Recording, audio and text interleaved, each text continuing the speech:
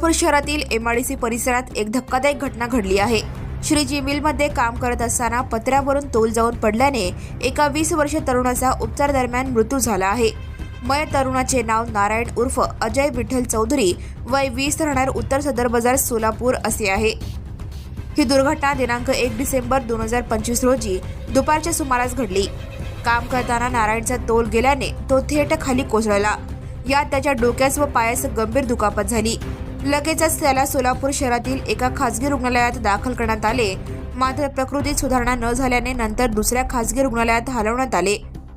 उपचार सुरू असतानाच आज दिनांक 8 डिसेंबर 2025 रोजी दुपारी नारायणने अखेरचा श्वास घेतला।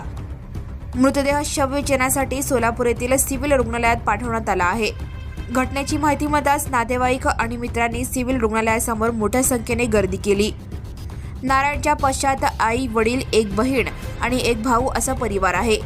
या दुर्घटनेची बातमी समजताच संपूर्ण परिसरात हळहळ व्यक्त केली जात आहे। Subscribe now and press the bell icon.